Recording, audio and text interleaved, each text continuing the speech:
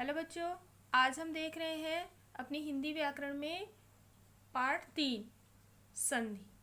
तो आज इस वीडियो में हम किसके बारे में जानेंगे? आज इस वीडियो में हम संधि के बारे में जानेंगे कि संधि क्या होती है। देखिए, इधर शब्द दिए गए हैं, ठीक, इधर, फिर इधर पहले पद का अंतिम वर्ण, इधर दूसरे पद का प्रथम वर्ण, फिर इधर उसके मिलने से क्या परिवर्तन होता है या क्या विकार होता है, वो चीज़ें यहाँ पर दी गई हैं। और यहाँ पर ये बताया गया है कि संधियुक्त शब्द किस प्रकार से होते हैं। ठीक, इसको आपको ध्यान से देखना है और समझना है। देखिए, पहले यहाँ लिखा है राजा धन इंद्र, तो पहले यहाँ क्या लिखा है? पहले पद का अंतिम वर्ण, तो इसका अंतिम वर्ण क्या होगा? ज लिखा है, ज में आ की मात्रा लगी है, तो ये क्या हो गया? आ। यहाँ पे आ लिख दिया गया। यहाँ इंद्र लिखा है, दूसरे पद का प्रथम वर्ण, पहला वर्ण, ठीक है ना। यहाँ ई लिख दिया गया। अब अगर हम दोनों को जोड़ते हैं तो दोनों को जोड़ने में क्या होता है? यहाँ पर ए बन जाता है। ए इस तरह से लिखा जाएगा और उसकी मात्रा इस तरीके से लिखी जाती है। तो राजा धन इंद्र, अर्थात ये दोनों जब स्वर मिल रहे हैं, पद मिल रहे हैं, तो इस तरीके से एक नए पद की रचना हो रही है, जो बदल कर आ रहा, परिवर्तन हो रहा, जो विकार हो रहा। तो राजा धन इंद्र बराबर राजेंद्र होता है। ठीक, ये संधियुक्त शब्द है। ये सामान्य शब्द हैं और इनके मिलने से ये इस नए संधियुक्त शब्द की रचना होती है। इसी प्रकार है धर्म, धन, अर्थ। अब इसमें म में क्या जुड़ा है? आ में क्या जुड़ा है? आ तो आ ही है, तो आ और आ मिलके क्या बने? आ। तो धर्म धन अर्थ बराबर धर्मार्थ। तो इस तरीके से संधियां बनाई जाती हैं। ठीक, आगे हम देख लेते हैं। ऊपर दिए गए उदाहरणों में प्रथम पद के अंतिम वर्ण का अंतिम पद के प्रथम वर्ण के साथ संधि अथवा मेल होने के परिणाम स्वरूप एक नया शब्द बना है।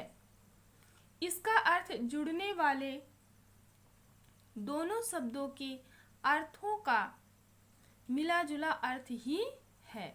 यहाँ पर क्या बताया गया है कि मिला जुला अर्थ है। वही चीज जो यहाँ दिखाई गई है, वही चीज इसमें बताई गई है कि प्रथम वर्ण का अंतिम और अंतिम पद को प्रथम वर्ण के साथ संधि की जाती है। जो जोड़ दिया गया, उसका मेल हुआ, तो क्या हुआ?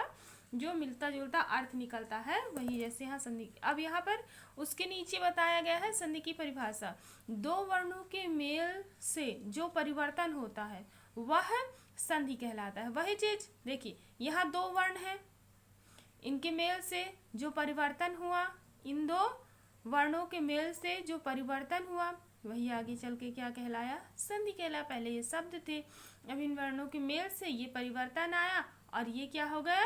संधियुक्त शब्द हो गया, यानी ये संधि हो गई। वही चीज यहाँ पर बताई गई है, तो इस परिभाषा को आप लोग याद कर लीजिएगा। आगे देखते हैं, संधि द्वारा बने शब्द को अलग अलग करना संधि विच्छेद कहलाता है। देखिए क्या हुआ, अभी हमने क्या किया था? अभी हमने पहले संधि की थी, है ना। दो इधर जो शब्द लिखे हैं, इनको जोड़ करके इधर एक नए संधियुक्त शब्द की रचना की थी। अब हम यहाँ क्या करेंगे? इन्हीं शब्दों को अलग करेंगे। यहाँ पर बताया गया है, जैसे देवालय, देवधन, आलय, यानी पहले हमने इनको जोड़ के लिखा, इनकी संधि मतलब इसको इनके मेल से, इन शब्दों के मेल से जो एक नए शब्द की रचना हुई, वह संधि शब्द कहलाया। अब यहाँ पर क्या हो रहा है? वही शब्द इनको अलग कर रहा, विच्छेद हो रहा। ठीक है, पहले संधि की थी हमने, अब विच्छेद कर रहे हैं, तो यहाँ पर ये संधि विच्छेद हो गया। आगे हम देखते हैं संधि के भेद की। संधि के कितने भेद होते हैं? तो यहाँ पर क्या बताया है? संधि के निम्नलिखित 3 भेद हैं। अब संधि के भेद कितने हैं? 3। सबसे पहले स्वर संधि। तो स्वर संधि के बारे में आइए जान लेते हैं। स्वर तथा स्वर, देखिए यहाँ पर क्या बताया? स्वर तथा स्वर के मेल से उत्पन्न होने वाला विकार अथवा परिवर्तन स्वर संधि कहलाता है। क्या होता होता है जब दोनों ओर स्वर रहता है। देखिए यहाँ पर उदाहरण भी बताए गए हैं, यानी इसमें भी स्वर है और इसमें भी स्वर है, तो वह कौन से स्वर संधि के अंतर्गत आएगा? यानी पहले शब्द का आखिरी पद, आखिरी शब्द का पहला पद, दोनों के में क्या है? दोनों यहाँ पर स्वर हैं, तो ये कौन सी संधि के अंतर्गत आएगा? स्वर संधि के अंतर्गत आएगा। यहाँ पर भी दिया गया है प्रतिधन एक, यहाँ क्या है? हिमधन आलय बराबर हिमालय, फिर प्रतिधन एक प्रत्येक, यहाँ पर दिया है ना कि ई और ए बन रहे हैं, यहाँ ई यहाँ ए मिलकर क्या बन गए? ये। तो इस तरीके से यहाँ पर स्वर संधि के बारे में बताया गया है। अभी हमने स्वर संधि के भेद जाने, तो उसमें क्या था? सबसे पहले स्वर संधि। अब हम यहाँ पर क्या देखेंगे? स्वर संधि के भी भेद हैं। ठीक, तो यहाँ पर हम किसके बारे में जानेंगे? स्वर संधि के बारे में, स्वर संधि के भेद के बारे में। तो यहाँ पर क्या बताया गया है? स्वर संधि के 5 भेद होते हैं। तो सबसे पहले कौन सा भेद होता है? दीर्घ संधि। देखिए, अगर आप संधि की परिभाषा या संधि के भेदों की परिभाषा को याद रखते हैं तो आपको संधि करने में या विच्छेद करने में, ठीक है ना, संधि करने में या संधि विच्छेद करने में कोई समस्या नहीं आएगी, क्योंकि जो पूरा इसका कार्य है, यानी पूरा इसका जो चक्र चलता है कार्य करने का या उसको संधि बनाने का या संधि विच्छेद करने का, वो उसकी परिभाषा पर ही निर्भर करता है। तो देखिए, उससे क्या होगा? आपको परिभाषा भी याद हो जाएगी, और अगर परिभाषा के उदाहरण देने हैं तो वो भी याद हो जाएंगे। तो आप सबसे पहले उसकी परिभाषाएं अच्छे से याद कर लीजिए। यहाँ पर देखिए बताया गया है दीर्घ संधि। स्वर संधि का पहला भेद है दीर्घ संधि। जब ह्रस्व अथवा दीर्घ अ, ई, उ के बाद क्रमशः ह्रस्व तथा दीर्घ अ, ई, उ स्वर आते हैं तो दोनों के संयोग से क्रमशः आ, ई तथा उ हो जाते हैं। देखिए, हमने पहले ही बताया था कि स्वर कौन कौन से होते हैं, ठीक है ना, कौन से ह्रस्व स्वर होते हैं, कौन से दीर्घ स्वर होते हैं। बस वही यहाँ पर उनको संधि के रूप में जोड़ने के लिए बताया गया है कि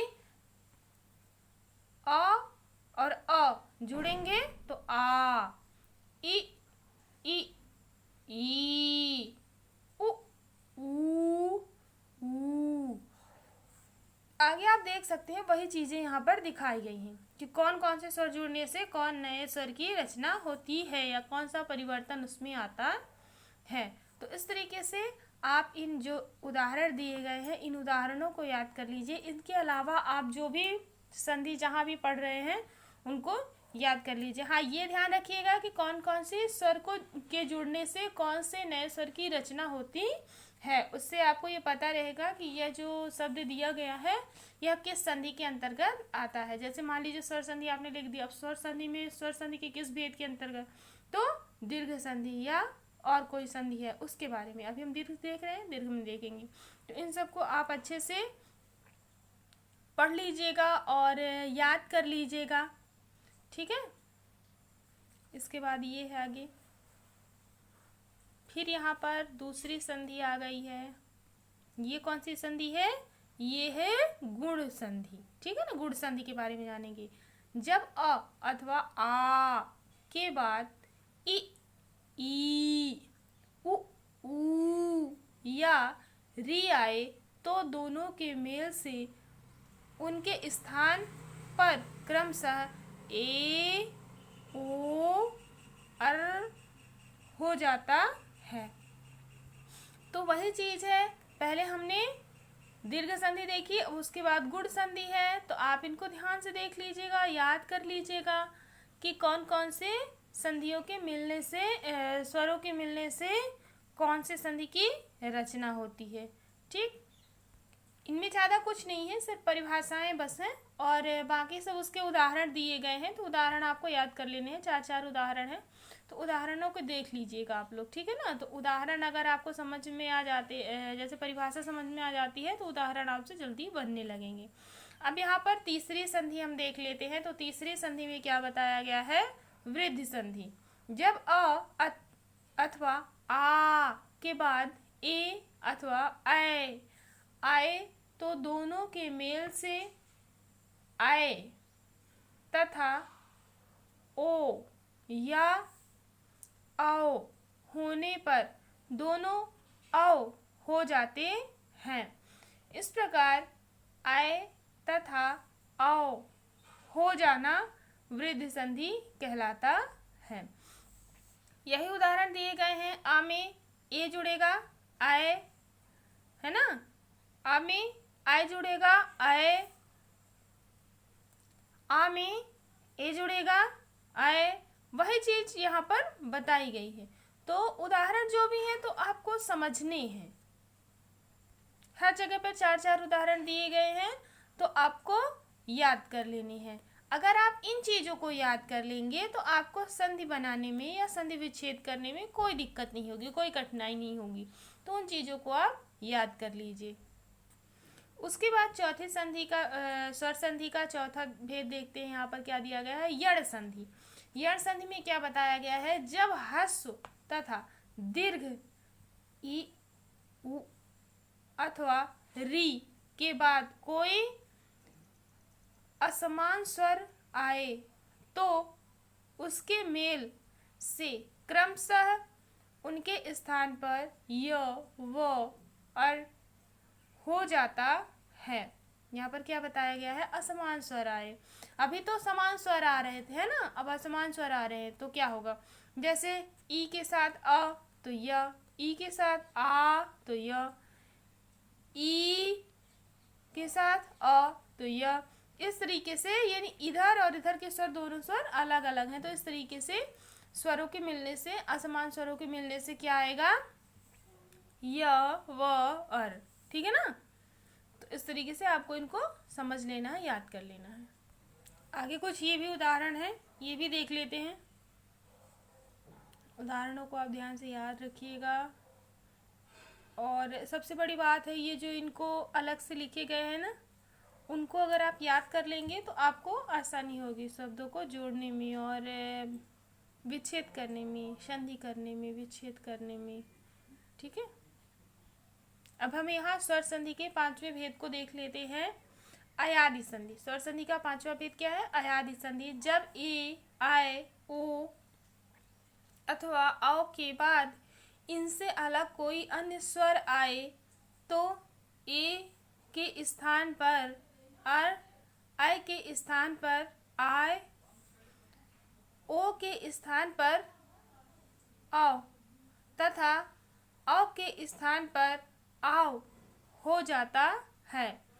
इस तरह आय धन, अय धन आदि बराबर अयादि संधि होती है। यहाँ पर अयादि संधि के बारे में कितने अच्छे से बता दिया गया है कि इस तरीके से किस किस स्वर के बाद अन्य स्वर अगर जुड़ जाते हैं तो किस प्रकार से एक नए संधि की रचना होती है। देखिए यहाँ पर उदाहरण में भी बताया गया है, ए धन अ अय, आय धन अ आय, आय धन ई ऐ। ठीक है ना। वो उदाहरण बता दिए गए हैं। नेधन अन नयन। देखिए एक ही मात्रा थी, इसमें भी एक ही मात्रा थी ना, हट गई मात्रा। ये क्या हो गया, अय हो गया, यानी नयन हो गया। इस तरीके से बताया गया है। तो ये सब स्वर संधि के उदाहरण हैं। तो इसमें स्वर संधि का जो टॉपिक था वो कंप्लीट हो गया। अब हम देखते हैं यहाँ पर व्यंजन संधि को। ठीक है ना। स्वर संधि, व्यंजन संधि, संधि के भेद थे ना। तो उसमें से अब ये दूसरी संधि कौन सी आ गई, व्यंजन संधि। तो इसमें देखिए क्या बताया गया है, व्यंजन का व्यंजन अथवा स्वर से मेल होने पर जो परिवर्तन होता है वह संधि कहलाता है। जैसे जगत धन ईस, जगदीश। यहाँ पर देखिए कितने अच्छे से बता दिया गया है। तो धन ई बराबर दी। यहाँ तो था यहाँ ई, यहाँ क्या हो गया, दी हो गया है ना। बाकी चीजें वैसी की वैसी हैं। फिर तत धन मय, तन्मय। देखिए यहाँ त था, ये त था, यहाँ म था, तो यहाँ क्या हो गया, यहाँ ना आ गया। ठीक, तन्मय। तो इस तरीके से व्यंजन संधि है। तो इस तरीके से आज इस वीडियो में हमने जाना स्वर संधि और संधि के 5 भेदों के बारे में। फिर उसके बाद आता है दूसरा व्यंजन संधि। तो आज इस वीडियो में हम इस व्यंजन संधि तक ही रहेंगे। अगली वीडियो में हम व्यंजन संधि के भेदों को जानेंगे और एक और अगली संधि, जैसे 3 संधि थी ना, स्वर संधि, व्यंजन संधि और अगली हो गई विसर्ग संधि। तो अगली वीडियो में हम विसर्ग संधि के बारे में जानेंगे, उसके भेद, और व्यंजन संधि के भेद के बारे में जानेंगे। आज की वीडियो में इतना ही, आगे की जानकारी अगली वीडियो में।